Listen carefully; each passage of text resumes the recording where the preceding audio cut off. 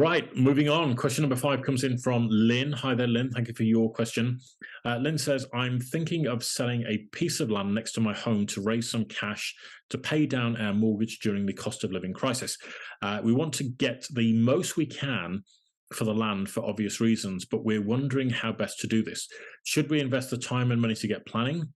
We think it's what some people would term an infill plot, as it's between us and the next door property, and there's definitely space to fit another home. Would somebody buy it without planning, and would we get the best price if we went down this road? All right, well, thank you for the question, Lynn. Great that you're thinking along these lines, although it's unfortunate that you're looking at it from this cost of living crisis situation rather than perhaps another angle. But I totally get where you're coming from.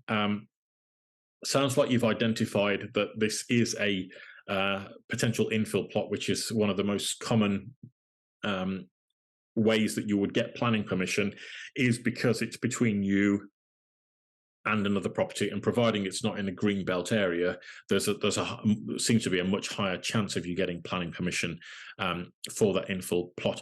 Now, what I would do if I was in your situation, Lynn, you've got to balance up here, getting the most for the land against the time it's going to take you to realize that gain. Okay. And what I would do is I would talk to at least 3 estate agents in your area.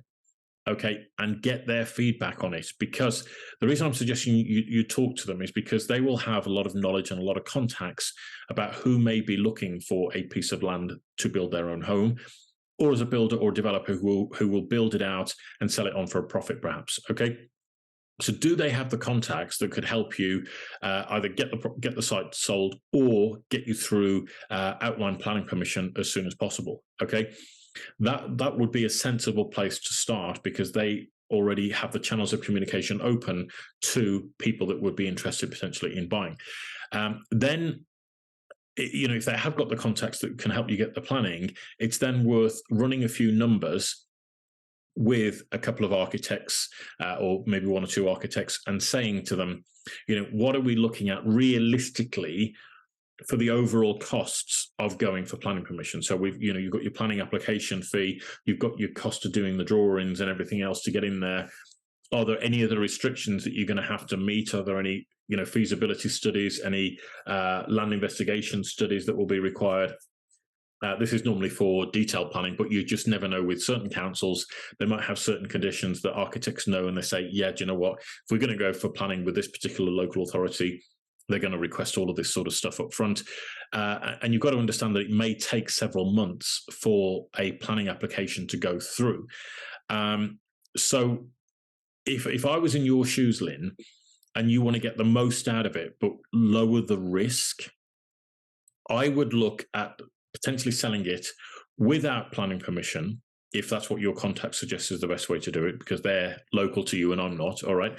But I would offer some form of seller finance in the sale of the property. Now, a lot of people won't do this, Lynn, because they go, do you know what? Just give me the cash. I don't want any of that headache and all the rest of it. But there's an important thing to think about here, Lynn, is that if you were going to go down the seller finance route, and that basically means you would grant them, it's a paper exercise basically, but you're effectively, if the plot's worth, let's say 150,000, you might say, well, I'll finance 50,000, or I'll finance 100,000 of the purchase of that plot. Okay, so let's say, for example, a homeowner comes along and says, yeah, I want to buy that piece of land.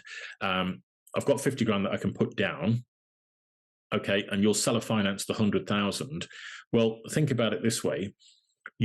Let's say you did it at 5% on a rate for the finance. Okay, so effectively, when the transaction goes through, you would get the £50,000 from the buyer, and then you would finance the 100,000 on a note. They call it a note.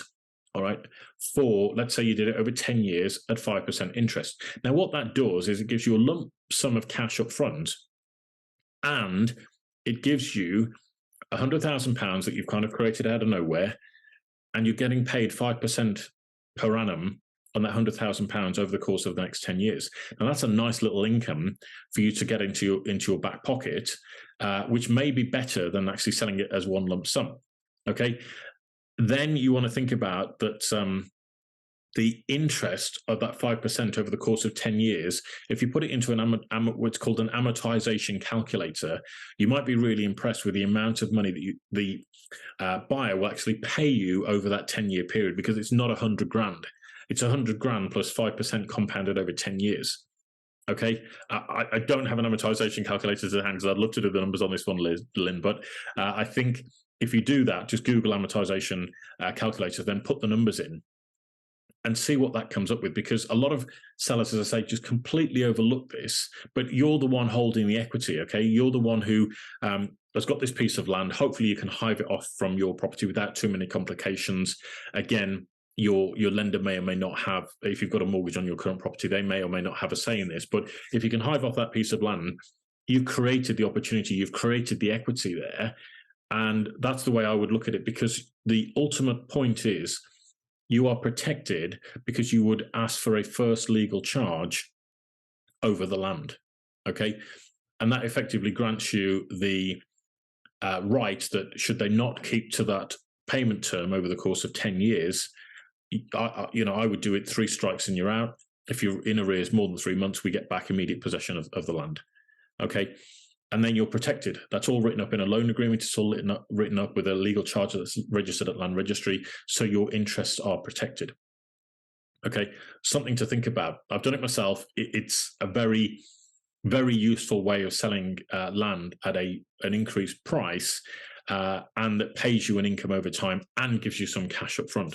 All right, and there's various different ways you can do this, Lynn. You could take a small chunk up front, payment terms over a course of a year, and then what they call a balloon payment at the end. So again, that £100,000 could be, sorry, £150,000 could be 50 grand up front, 100,000 financed at 5% over 10 years, but that might be structured in such a way that they pay another 50 grand on the back end as a balloon payment, so you would have 50 at the start, 50 at the end, and then that remaining 50 would be financed at 5% over the course of 10 years. All right. So many different ways to think about this, Lynn, but I'm planting that seed so you can open your mind as to a different way of looking at things.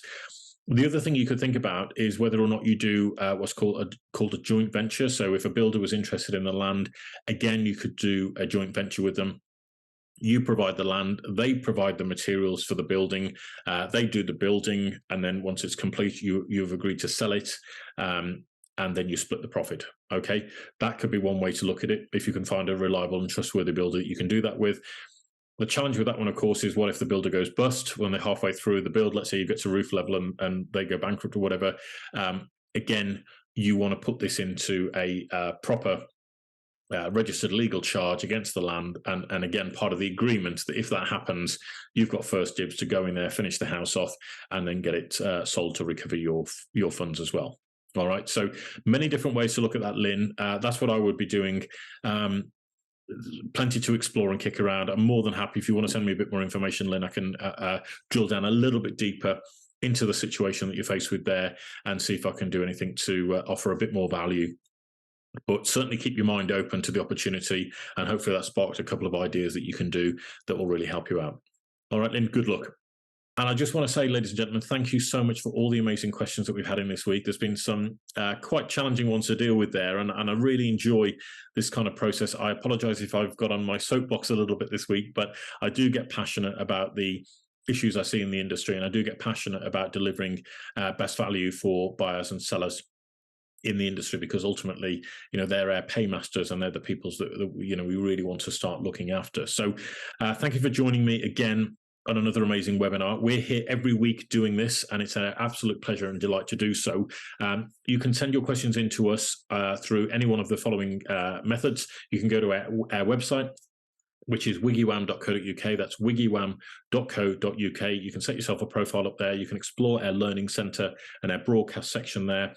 And you can send us messages directly to, myself, if you like, and send us in those questions, or to my colleague and co-founder, Chris.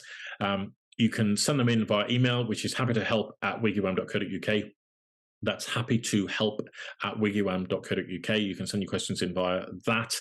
You can also find us on Twitter. Our Twitter handle is @WiggyWam_UK. So that's @WiggyWam_UK. And feel free to DM us your questions on Twitter. As I say, we're here every week. We're delighted to have you with us this week, and hopefully we'll see you on future webinars. Please do consider liking, sharing, subscribing to our channel, and also to share this video with your friends and family and your wider network. There are about 1 million people a year who need more help and support in moving, and have millions of questions, I'm sure, that need answering. So it's our delight and pleasure to provide that information to them. We're building up a huge knowledge database now of all of these questions that we've done over the course of the last 21 weeks. So hopefully somewhere in there, there's some pearls of wisdom that you can share with your friends and family. And we look forward to seeing you again on a future webinar very soon. Thanks for your attention, ladies and gentlemen. Thanks for your time, and good luck. God bless, and see you very soon. Take care. Bye-bye.